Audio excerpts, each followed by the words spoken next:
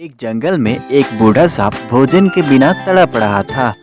बूढ़ा होने के कारण वह अपना शिकार आसानी से नहीं ढूंढ पाता था। एक दिन उसने तरकीब सोची। वो तुरंत मेंढकों से भरे हुए एक तालाब के पास पहुंच गया। वहां वह दुखी सा होकर एक पत्थर के ऊपर बैठ गया। तभी पास के पत्थर पर बैठे एक मेंढक ने उसे देखा। उस मेंढक ने थोड़ी देर बाद सांप से पूछा, चाचा क्या बात है, आज आप खाने की तलाश नहीं कर रहे? अपने लिए भोजन नहीं जुटाओगे? इतना सुनते ही सांप ने रोनी सी सूरत बनाकर मेंढक को कहानी सुनाई। सांप ने कहा, मैं आज भोजन की तलाश में किसी मेंढक के पीछे जा रहा था। अचानक से मेंढक ब्राह्मणों के झुंड में जाकर छिप गया। मेंढक को भोजन बनाने के चक्कर में मैंने गलती से एक ब्राह्मण के बेटे को काट दिया, जिससे उसकी मौत हो गई। इससे नाराज होकर ब्राह्मण ने मुझे श्राप दे दिया। उन्होंने मुझे श्राप दिया है कि मुझे अपना पेट भरने के लिए मेंढकों को अपने ऊपर सवारी करवानी पड़ेगी। इसी वजह से मैं इस तालाब के पास आया हूँ। यह बात सुनते ही वह मेंढक तुरंत तालाब के अंदर गया और अपने राजा को सारी बातें बताई। राजा कहानी सुनकर हैरान हुआ।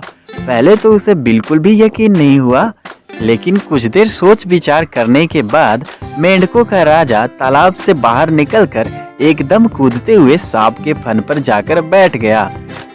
राजा को ऐसा करते हुए देखकर बाकी मेंढकों ने भी ऐसा ही किया।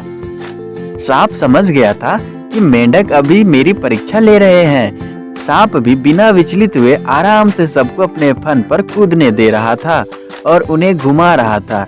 इसके बाद मेंढकों के राजा ने कहा, जितना मजा मुझे सांप की सवारी करके आया, उतना मुझे आज तक किसी भी सवारी में नहीं आया।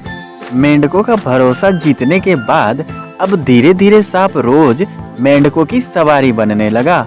कुछ दिन बाद चतुर सांप ने अपने चलने की गति थोड़ी धीमी कर दी। यह देखकर मेंढकों के राजा ने कहा, तुम्हारी चाल इतनी धीमी क्यों है?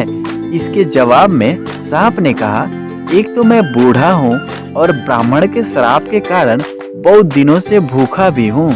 इसी वजह से मेरी गति कम हो गई है। इतना सुनते ही राजा ने कहा, तुम छोटे छोटे मेंढक को खा लो। यह सुनकर मन ही मन सांप बहुत प्रसन्न हुआ।